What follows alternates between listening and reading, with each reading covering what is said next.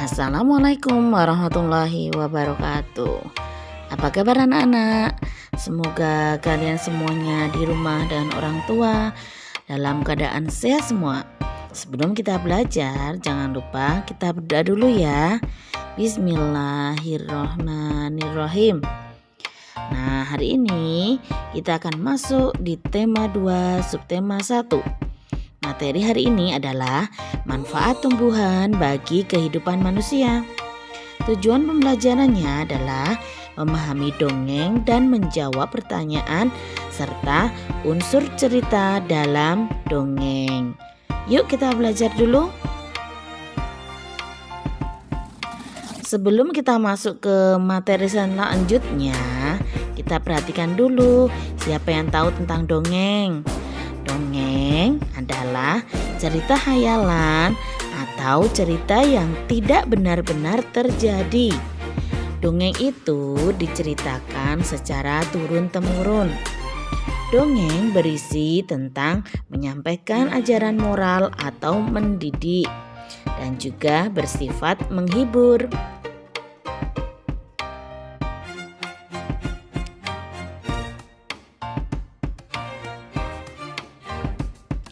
Dongeng juga mengandung pesan moral. Pesan moral biasanya terletak di bagian akhir dari cerita. Dongeng yang baik mengandung unsur cerita. Unsur cerita salah satunya adalah tokoh. Tokoh itu siapa ya? Tokoh adalah pelaku atau pemain. Sedangkan penokohan adalah watak atau sifat yang dimiliki oleh tokoh tersebut. Kenapa dalam cerita atau dalam dongeng harus ada unsur cerita? Kenapa harus ada tokoh, penokohan? Nah, supaya dalam cerita tersebut akan menjadi semakin menarik. Yuk kita dengarkan dongeng yang akan Bu Mazia sampaikan. Dengarkan baik-baik ya nak.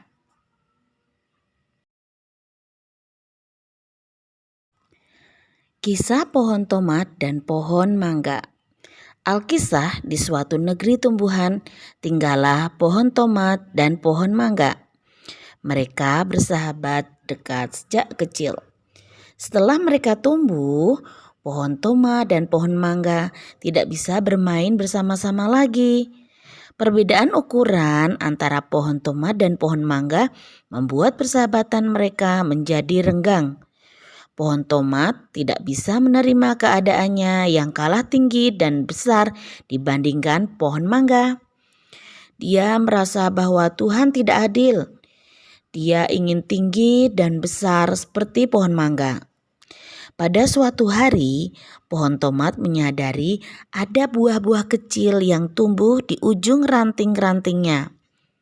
Hari berganti hari, pohon tomat akhirnya berbuah dengan lebat. Dengan bangga, pohon tomat memamerkan buahnya kepada pohon mangga. Pohon mangga yang belum memiliki buah satupun merasa sedih dan iri. Akhirnya, pohon tomat memiliki buah yang ranum dan siap dipetik. Semua buah di pohon tomat dipetik oleh manusia tanpa menyisakan satu buah pun.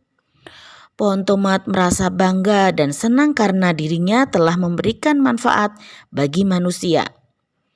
Tiba-tiba, pohon mangga mendengar berita yang menyedihkan. Pohon tomat, sahabat karibnya, telah mati. Pohon mangga penasaran.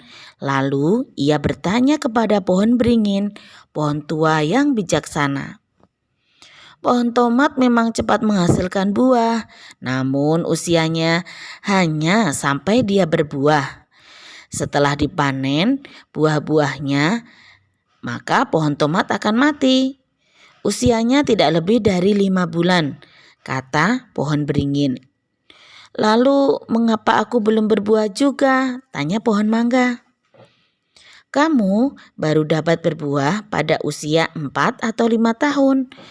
Usiamu juga bisa bertahan lama, bahkan sampai puluhan tahun.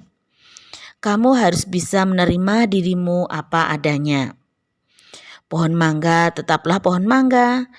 Begitu pula dengan pohon tomat. Pohon tomat tetaplah pohon tomat, kata pohon beringin. Akhirnya pohon mangga sadar. Ia tidak ingin lagi iri dengan keadaan pohon-pohon lain yang punya kelebihan dibanding dirinya. Karena apa? Setiap pohon punya kelebihan dan kekurangannya masing-masing. Kita harus bangga dengan keadaan diri kita apa adanya. Nah, itu tadi adalah contoh dari salah satu dongeng yang bisa kita ambil pesan moralnya. Coba kita ingat. Pesan moralnya apa saja? Pesan moral dalam cerita tadi, 1, kita tidak boleh iri. Yang kedua, kita harus selalu bersyukur dengan apa yang kita punya. Yang ketiga, kita harus menerima kelebihan dan kekurangan yang ada pada diri kita masing-masing. Dari tiga moral tadi, kita bisa mengambil cerita dan kita mengambil sisi baiknya, serta tidak boleh mencontoh hal-hal yang jelek. Oke anak, Bu Guru cukupkan sekian untuk pelajaran hari ini. Jangan lupa tetap belajar. Kita pelajari cerita dongeng yang lain di pembelajaran selanjutnya. Nanti kalian bisa mengambil pesan moral, unsur ceritanya, apa saja yang bisa kita ambil, kita contoh dan kita tidak boleh contoh. Oke anak-anak, jangan lupa sholat 5 waktunya, tetap belajar, semangat.